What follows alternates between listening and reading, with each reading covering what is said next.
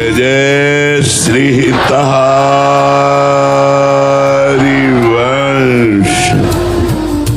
आप महामहिम परम पावन श्री वृंदावन धाम में यमुना जी के पावन पुलिन पर विराजमान है। पास में ही यमुना जी है। अपार कृपा भगवान की जब होती है तब जीव को मनुष्य शरीर मिलता है। फिर जब और कृपा बढ़ती है तो साधु समागम मिलता है। जब कृपा का परिपूर्ण स्वरूप प्रकाशित होता है तो साधना प्राप्त होती है। साधना का फल है प्रेम। सब साधन कर यह फल सुंदर, प्रभु पद पंकज प्रीति निरंतर। अपने श्यामा श्याम के चरणों का निरंतर चिंतन होना, निरंतर नाम जप करना, निरंतर लीला गुण गायन करना। अंदर ही अंदर चिंतन चल रहा है भगवान की लीलाओं का, गुणों का, नाम का। ये फल है साधना का। हमारी साधना परिपक्व हो रही है। इसका लक्षण क्या है? पहला है शांति। चाहे जितनी विपत्ति आवे, दुख आवे, अपमान हो, निंदा हो, अशांत मत होना। यह अध्यात्म की पहली सीढ़ी है। क्षमा। क्षमावान ही महान है, ना कि क्रोध करने वाला, ना कि दंड देने वाला, ना कि विरोध करने वाला। जो हमारा अपमान करते हैं, हमारी निंदा करते हैं, हमें दुख देना चाहते हैं, वे हमारे पापों को नष्ट करने वाले हैं। वो बड़े कृपालु हैं। हमको उनसे द्रोह नहीं करना चाहिए। तो अध्यात्म की साधना का पहला लक्षण क्षमावान, शांत। कितना भी दुख पड़े शांत रहो। और ये तभी हो सकता है जब आप गुरु कृपा पात्र खूब नाम और गुरु मंत्र जपते हैं। क्षमावान होना अति अनिवार्य है, नहीं आपकी साधना नष्ट हो जाएगी। एक भी मिनट हम अपने प्रभु को ना भूलें। अव्यर्थ कालत्वम, कबहू काल वृथा नहीं जाए। ये दूसरी अध्यात्म की सीढ़ी है। हर समय कभी हम सत्संग कर रहे, कभी नाम कीर्तन कर रहे, कभी नाम जप कर रहे, कभी घर परिवार की सेवा में है तो सबको सुख प्रदान करने की भावना, सब में भगवत भावना। और अधर्म के भोगों से वैराग्य। आप गृहस्थ में हैं, सिर्फ अपनी पत्नी से अनुराग कीजिए, वो भी भगवत भाव से। अगर परस्त्री के सहवास की भावना करके तुम काम भाव से प्रेरित होकर गलत चिंतन, गलत दृष्टि, गलत आचरण, तो नरक जाना पड़ेगा। त्रिविधम नरकस्येदं द्वारम नाशनमात्मनः कामः क्रोधः तथा लोभः तस्माद्-त्र्यं त्यजेत्। काम, क्रोध, मद, लोभ सब नाथ नरक के पंथ। ये नरक का मार्ग। नरक महान दुखदायी है। इसलिए विरक्ति, अधर्म के भोगों से वैराग्य करो। कोई भी नशा मत करो, शराब आदि मत पियो। परिस्त्री गमन की इच्छा का पूर्ण त्याग कर दो, नहीं तो दुर्गति हो जाएगी। अभी भले तुम्हें नहीं लग रहा, लेकिन कर्म का बीज है।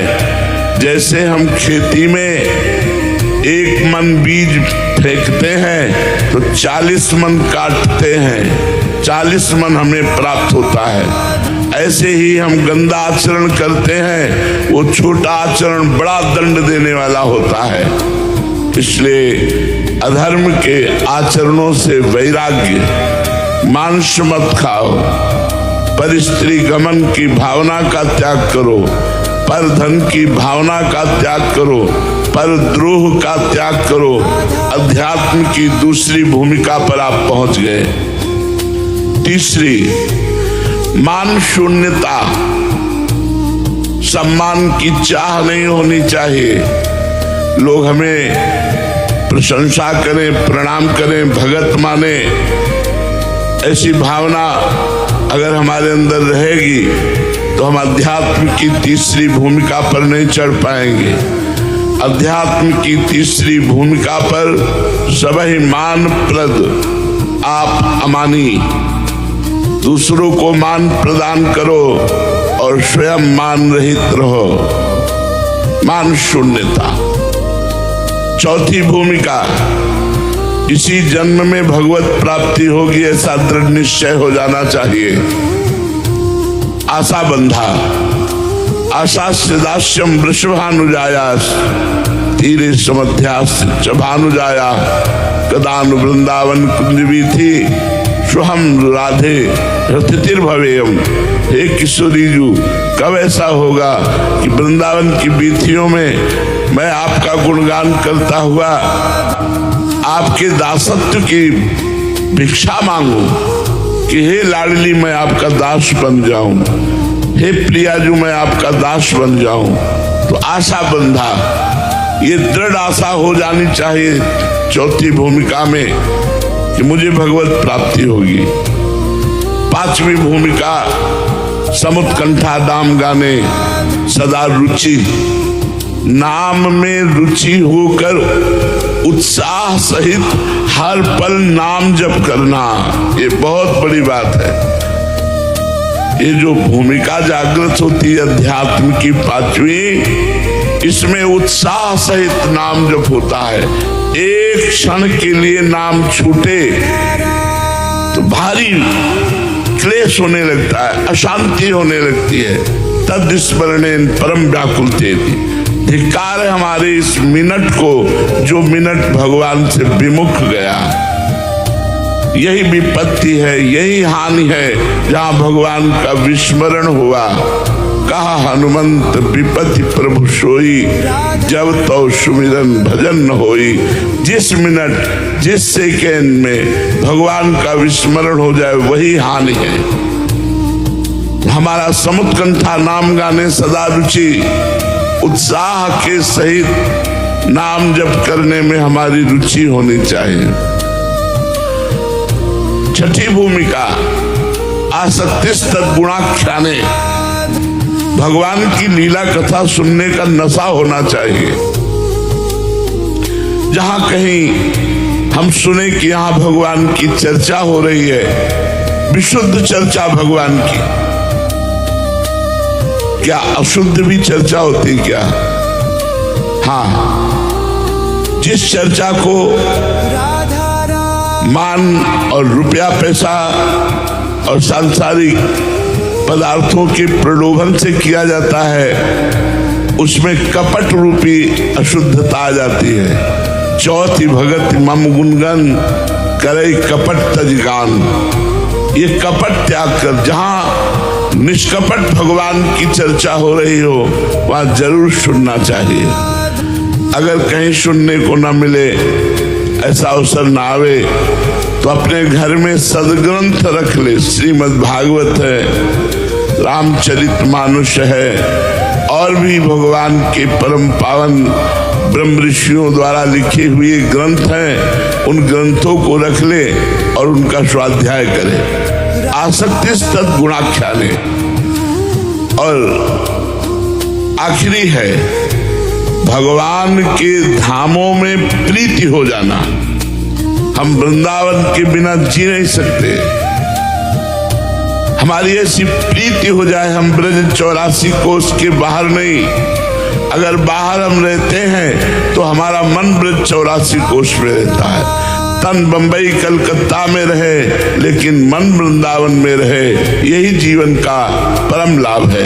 ये साथ हमारी भक्ति की भूमिकाएं अगर हृदय में जागृत हो जाए तो हमारा मानव जीवन सार्थक हो जाए। इसलिए सबसे प्रार्थना है, आप जो गुरु पूर्णिमा के उत्सव में आए हैं, आपका सबसे बड़ा पूजन होगा, हमारी बात मान लेना।